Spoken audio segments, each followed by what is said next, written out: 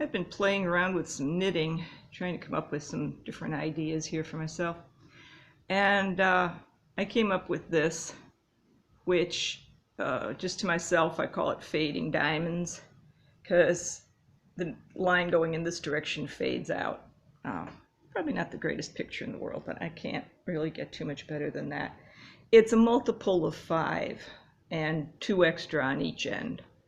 And so I always do that, and I let it fold over rather than slipping. I just like that better. So every even numbered row is just knit 2, purl to the end, knit 2 again. And on the odd numbered rows, what I'm doing is this 5-stitch repeat, and on row number 1 I would be knitting 3, holding 1 to the front, knitting the next one, knitting the one I held, another 3.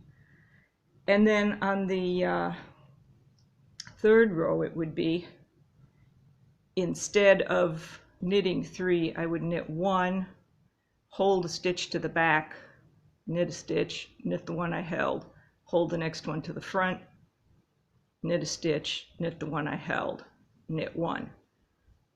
So it's 2 crosses in opposite directions and just a plain knit 1 in between. And I know there are other ways of doing this other than holding it. Because it's only 1 stitch, I just hold it on one of the stitch markers I use for crochet.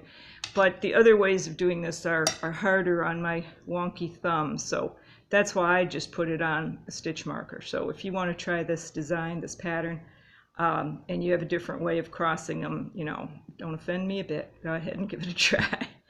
Okay, so I have to sign off. That's as much as my camera will let me go.